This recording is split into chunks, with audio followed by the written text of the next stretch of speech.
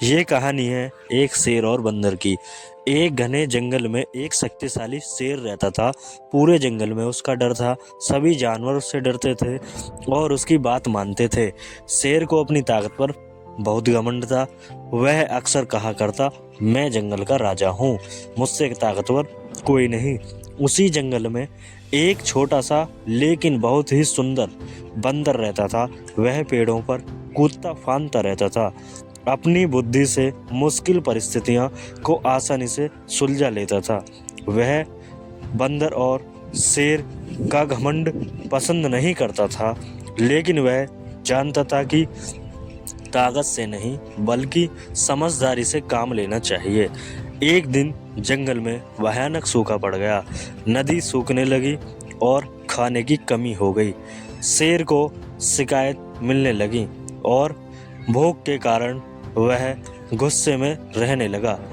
एक दिन उसी जंगल में सभी जानवरों को बुलाया गया और कहा, हर जानवर मेरे लिए खाना लाएगा, नहीं मैं उसी को खा जाऊंगा।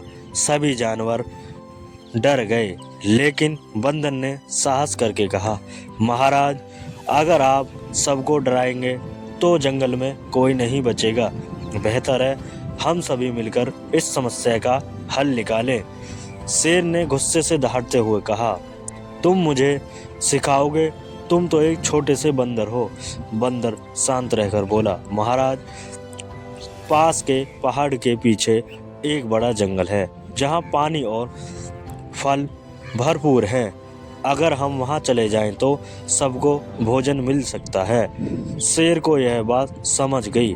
उसने बंदर की सलाह मान ली।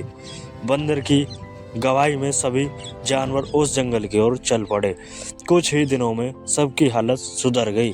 शेर को भरपूर शिकार मिलने लगे। अब शेर को एहसास हुआ कि केवल ताकत से नहीं बल्कि समझदारी से काम लेना चाहिए। उसने बंदर से माफ़ी मांगी और कहा, आज तुमने मुझे सिखाया कि बुद्धि ताकत से बड़ी होती है। इसके बाद शेर ने कभी घमंड नहीं किया और सभी जानवर मिलजुल के रहने लगे। इससे हमें यह सीख मिलती है कि ताकत से ज़्यादा महत्वपूर्ण बुद्धि और समझदारी होती है। अतः हमें मिलजुल कर काम करने से समस्या का समाधान निकलता है। जय हिंद दोस्तों।